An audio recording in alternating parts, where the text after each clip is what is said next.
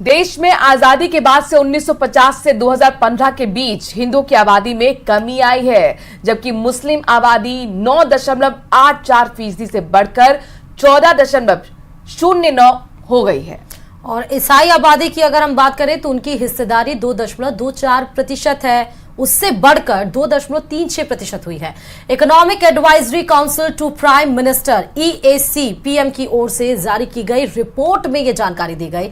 Report के आते ही सियासी वार पलटवार भी शुरू हो गया। इसी पर देखिए रिपोर्ट।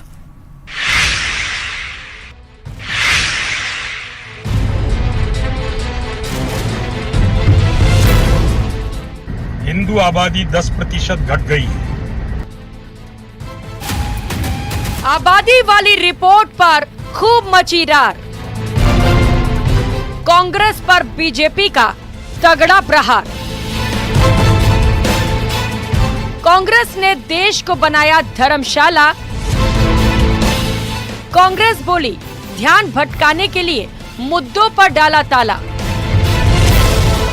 हिंदू बना मुसलमान, आबादी पर घमासान।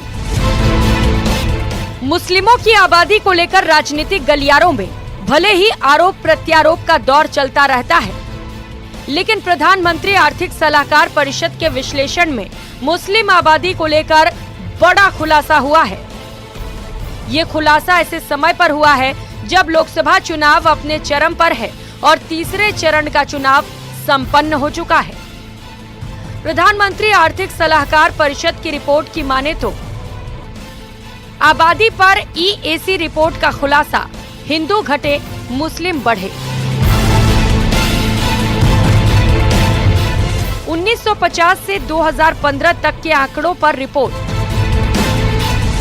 हिंदुओं की आबादी 7.82% घटी। हिंदुओं की आबादी 1950 में 84% थी। हिंदुओं की आबादी 2015 में 78% हुई। 65 वर्ष में मुसलमानों की आबादी बढ़ी। 1950 में मुस्लिमों की आबादी 9.84% थी।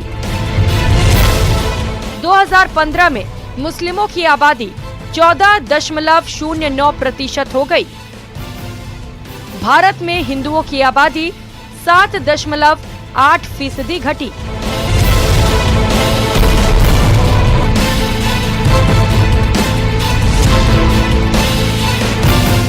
EAC की रिपोर्ट के आते ही सियासी बयानबाजी तेज हो गई। बीजेपी कांग्रेस पर हमलावर है। बीजेपी ने आंकड़ों पर चिंता जताई है। भारत में हिंदुओं की जनसंख्या कम हुई है, वह क्षेत्र भारत से अलग हो जाता है। अफगानिस्तान जो आज का है वो पहले सारा राज्य वहाँ पर था, वहाँ हिंदुओं की जनसंख्या कम हुई, वो अलग हो गया।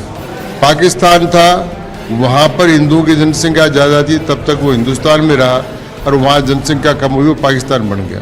इसलिए भारत में जनसंख्या का संतुलन और जनसंख्या का नियंत्रण न केवल ये भौगोलिक बदलाव के लिए परंतु भारत के विकास के लिए भी अत्यंत आवश्यक है। उसके आरोप को महंगाई और बेरोजगारी जैसे असल मुद्दों से ध्यान हटाने की जुगत बता रही है। गहलोत सरकार में मंत्री रह चुके खाचरियावास कहते हैं कि बीजेपी ध्रुवीकरण कर जनाधार बढ़ाने का प्रयास कर रही है।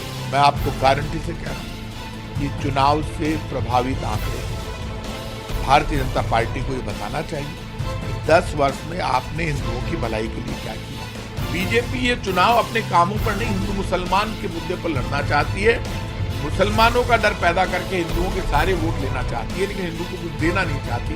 ये देश जानता है यहाँ हिंदू मुसलमान का मुद्दा नहीं है, यहाँ बेरोजगारी का, महंगाई का, गरीबी का, बीजेपी के धोखे का मुद्दा है।